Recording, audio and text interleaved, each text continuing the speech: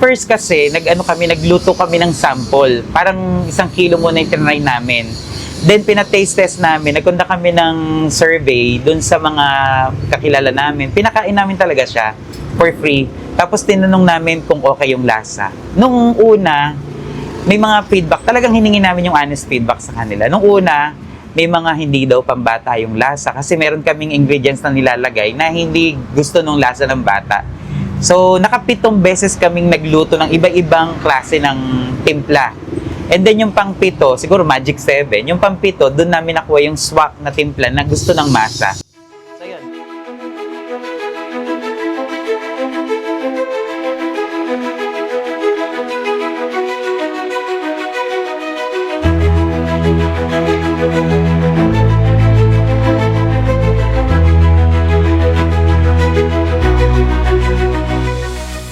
Doon kami, yun yung pinaka-struggle namin, yung paulit-ulit kaming gumagawa ng timpla na nare-reject ng masa.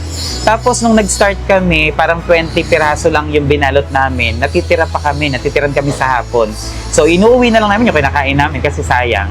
Pero later on, eventually, dumami yung bumibili. Nagte-take out na, may mga huminto na di kotse dyan.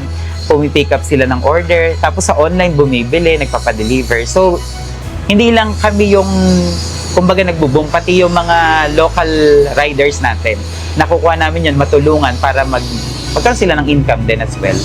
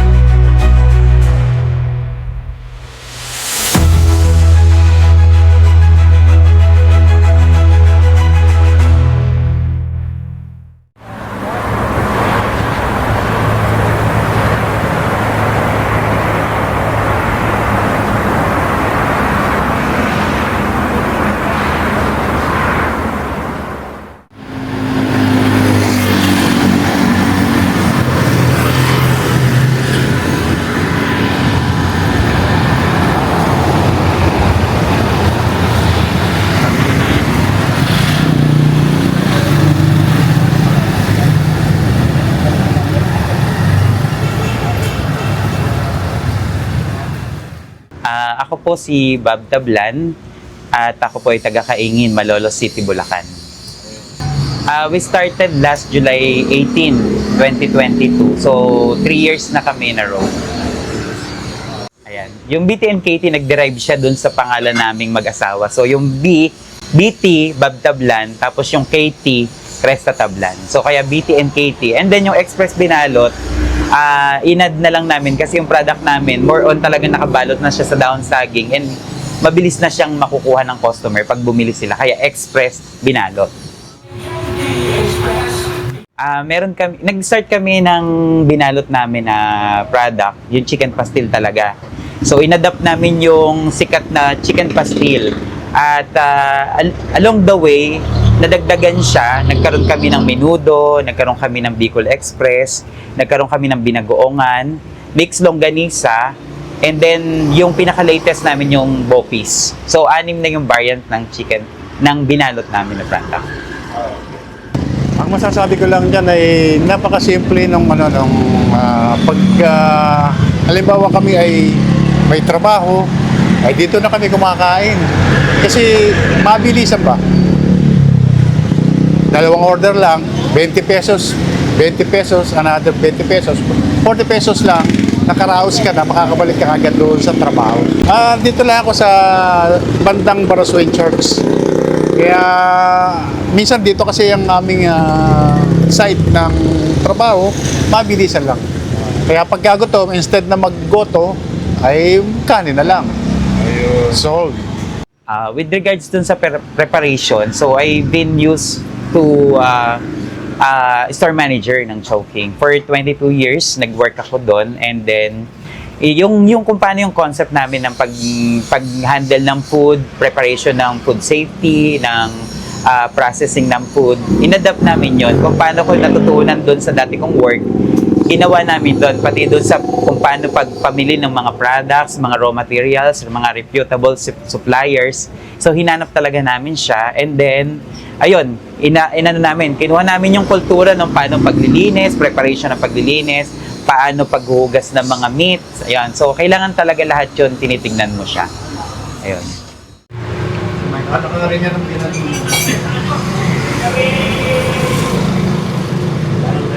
Yung before, naggawa kami ng ice candy. Actually, ice candy namin, isa yan sa trending din dito sa Malolos. Lahat ng mga private school sinusuplayan namin. So, around 3,000 ice candy ang nasusupply namin sa buong Malolos every day.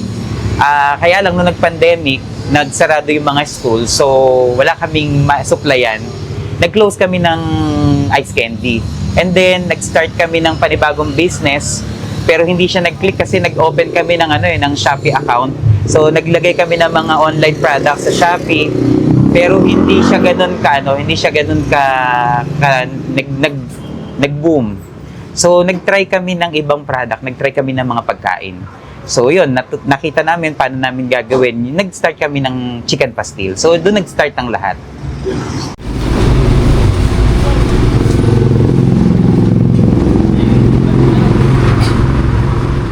Hi, magandang umaga po. Ako po si Cresta Tablan, 42 years old, taga Kaingin, Malolos po. Ayun nga po, katulad nung sinabi ng asawa ko, talagang nag-try ng yung suswak talaga sa panlasa ng masa. Hindi kami nag-stay lang sa isang lasa. Kumbaga, naghingi kami ng opinion din doon sa iba. Ayun po. Dati nag-work din po, magkasama po kami sa Chowking. And then, nung nag-resign ako sa Chowking, nag-business din ako ng food sa bahay lang. And then, nagsusupply din ako sa mga school. Kasi nung nag-aaral yung ko sa elementary, nagdadala ako ng food. Yung mga kaklase niya, dinadalan ko rin ng food. Kaya, talagang malapit kami sa food. Food business. Food business Apo. San Juan po. Okay lang po, masarap. Kung gusto mo maglugaw, mag-BTNK ka na, halagang 20 pesos lang, busog ka na, kahit dalawang order, sulit ka na. Affordable pa sa yung bulsa. Yun lang. Paumbong Bulacan. Masarap siya, tapos abot lang yung budget namin para makakatipid ka kahit paano. Sa halagang 25 pesos, may kanin ka na, may ulam ka pa. Kaya the best siya, the best. Masarap po, tsaka sobrang sulit para sa mga nagtitipid. May ulam, may kanin na po. Sulit na sulit po. Kung titignan mo yung customer namin, ang range ng customer namin from ages 5 years old hanggang senior citizen. So, hindi siya pang bata lang, hindi siya pang middle age lang, kundi pang lahat siya. Pang masa talaga. Kasi kahit yung pamangkin kong 1 year old, kumakain nun. Gustong-gusto niya, kinakain niya. So, ibig sabihin pang masa talaga yung pagkain. Yung business kasi ng binalot, lalo na itong pastil, madali siyang gayahin. So, ang sabi namin, yung diskarte talaga, yung hindi magagaya.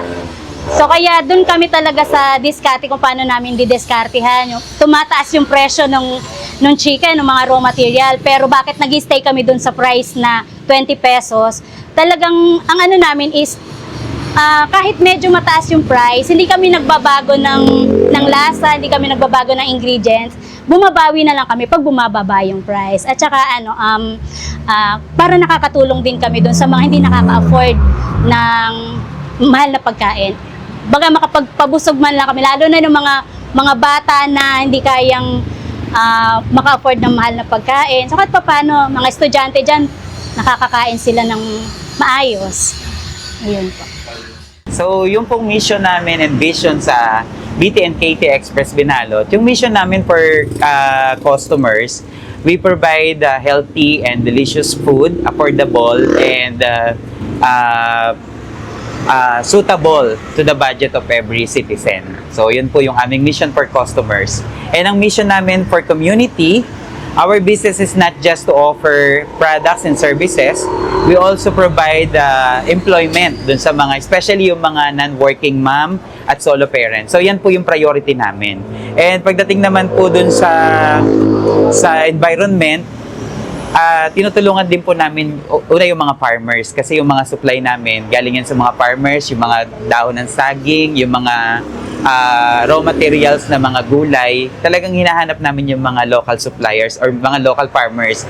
And then pagdating naman sa environment, we use yung dahon ng saging para talagang hindi nakakakos ng harmful sa ating environment. So yun po yung aming mission. Pagdating naman sa vision, we're looking for sa 2027, gusto sana namin mapuno yung buong Bulacan ng brand namin. Para po yung mga tao na ma-reach out namin all over Bulacan area, mabigyan din namin sila ng murang pagkain. Ayun po. Maraming salamat po. Ayan, so doon po sa mga nagnanais na magnegosyo, yun po, wag po tayong matakot, wag po tayong matakot sumubok. Maliit man yung kita, pero at the end of the day, lalaki rin yan. Tapos, kapag masaya tayo dun sa ginagawa natin, hindi tayo mapapagod. At kung gusto po ninyo, dito sa BTN Katy Express Binalot, marami po kaming branches dito sa Malolos. Pwede po kayong mag-avail ng mga favorites nyong binalot.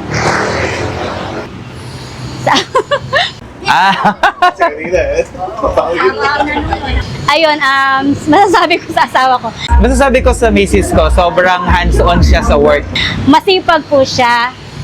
Siya talaga yung totally gumagawa nung lahat nung mga ginagawa namin dito. Siya rin nagbebenta, siya rin nakikipag-usap sa mga customers. Ako kasi more on marketing ako eh.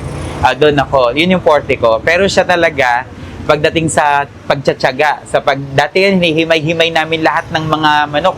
Imaginein mo, 30 kilos na manok, everyday hinihimay niya yon. Talaga, tsaka hindi rin siya talaga humihinto doon sa pangarap niya.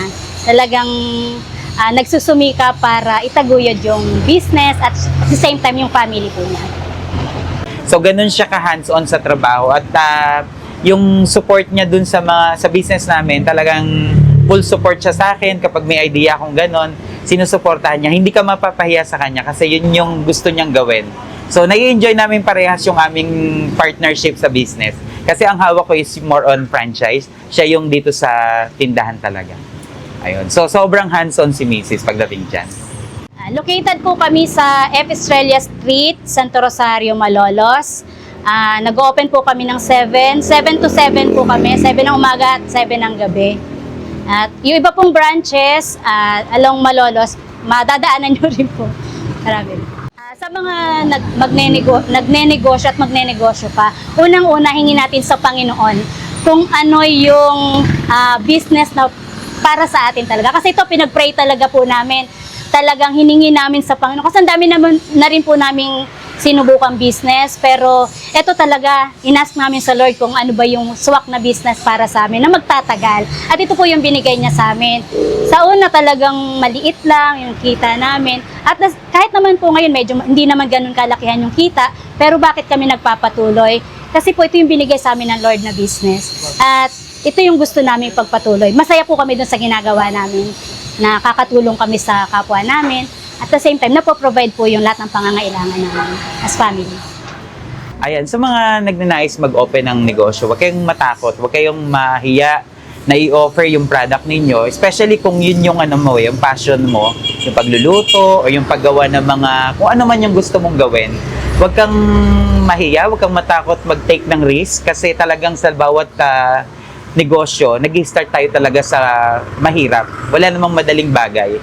So kapag na-practice mo siya, along the way magiging yan, yung fruit of your labor, mararanasan mo siya.